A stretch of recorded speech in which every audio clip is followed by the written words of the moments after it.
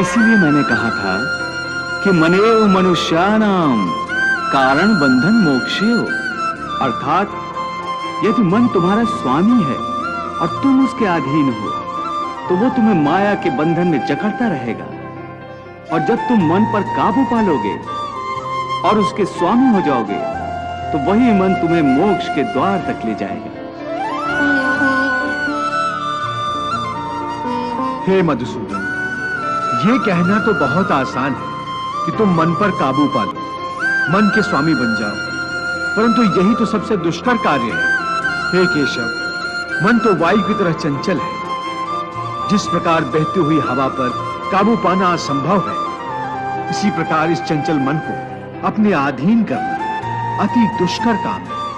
हे अर्जुन, तुम्हारा यह कहना सत्य है कि मन अति चंचल है, उसे अपने वश में करना बहुत मुश्किल है। मुश्किल है जनार्दन, असंभव है। नहीं अर्जुन, मुश्किल अवश्य है परंतु असंभव नहीं है।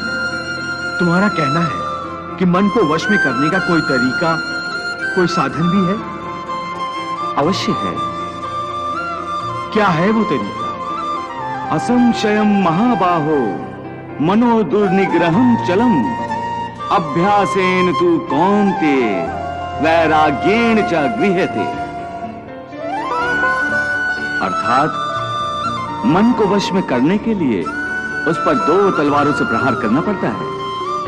एक तलवार अभ्यास की है और दूसरी तलवार है वैराग्य की। अभ्यास और वैराग्य? हाँ, अभ्यास और वैराग्य। देखो अर्जुन, अभ्यास का अर्थ है निरंतर अभ्यास।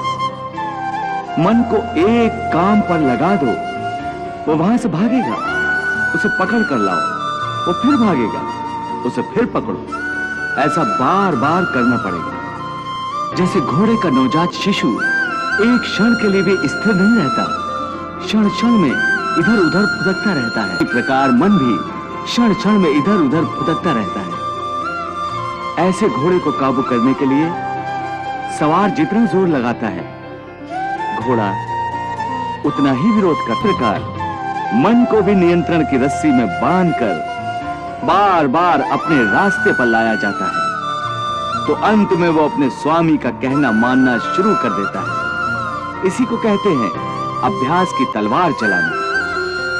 जब अभ्यास की तलवार से ही मन ठीक रास्ते पर आ जाए, फिर वह दूसरी वैराग्य की तलवार की क्या आवश्यकता है?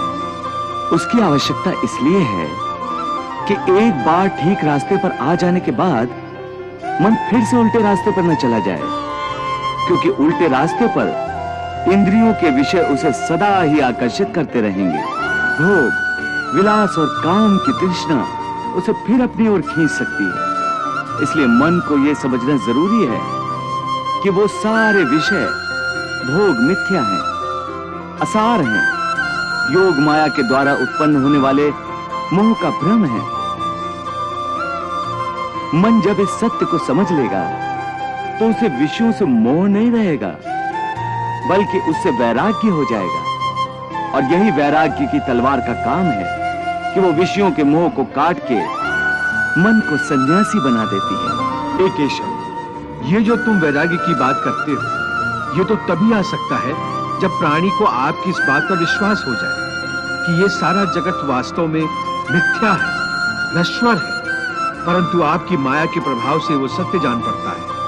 इस परम सत्य के ज्ञान पर विश्वास हो जाए तभी तो वैराग्य होगा।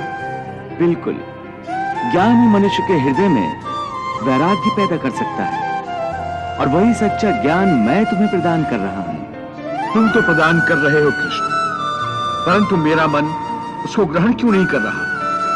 क्योंकि अभी तक तुम मोह और भ्रम के अंधकार से बाहर नहीं निकले, इसलिए तुम उस ज्ञान को ग्रहण करने में असमर्थ हो।